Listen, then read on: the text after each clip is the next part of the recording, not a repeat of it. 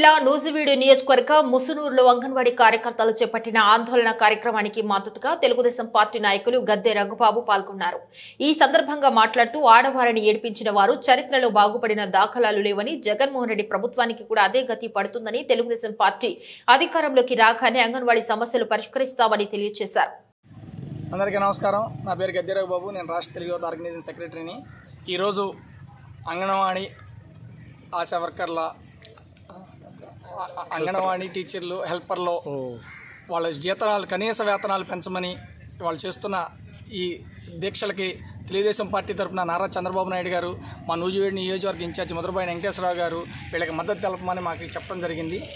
ఈరోజు వీళ్ళు నారా చంద్రబాబు నాయుడు గారు ఆ రోజున వీళ్ళకి 6,000 రూపాయలు ఉన్న వేతనాన్ని 4,000 రూపాయలు ఉన్న వేతనాన్ని 6,000 పెంచి 10,500 రూపాయలు చేసిన ఘనత ఆ రోజున చంద్రబాబు నాయుడు గారికి దక్కింది. ఈరోజు జగన్మోహన్ రెడ్డి వచ్చి మాయ మాటలు చెప్పి వీళ్ళకి ఎక్కడో ఆకాశంలో కుర్చీ వేసి కూర్చోబెడతా అని చెప్పి కనీసం ఒక 2,000 రూపాయలు కూడా పెంచకుండా 1,000 రూపాయలు పెంచి వీళ్ళకి మొత్తం నేనే పెంచానని డప్పాలు కుట్టిన జగన్మోహన్ రెడ్డికి బుద్ధొచ్చి ఇకనైనా సిగ్గు తెచ్చుకోవాలి. ఇక్కడ మనకి మాతృమూర్తులు, ఒక అమ్మగా, ఒక చెల్లిగా, ఒక తల్లిగా మనకి ఎంతో సేవ చేసే మహిళలు ఇలా రోడ్డు మీద కన్నీరు పెట్టి ఇలా బాధపడి రోడ్డు మీద బాధపడతాం. ఇది ఖచ్చితంగా ఈ రాష్ట్రానికి, ఈ ప్రభుత్వానికి కూడా ఖచ్చితంగా ఇది సబబు కాదు.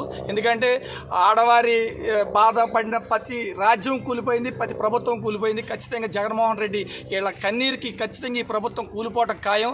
నారా చంద్రబాబు గారు ముఖ్యమంత్రి అవ్వగానే వీళ్ళు కోరుకుంటున్న కనీస వేతనం ఖచ్చితంగా దాన్ని అమలు చేస్తానని చెప్పడం జరిగింది. దీనికి పూర్తి మద్దతుగా మమ్మల్ని ఈరోజు ఇక్కడ దీక్షా శిబిరంలో కూర్చోవడం జరిగింది. జై హింద్, జై తెలుగుదేశం.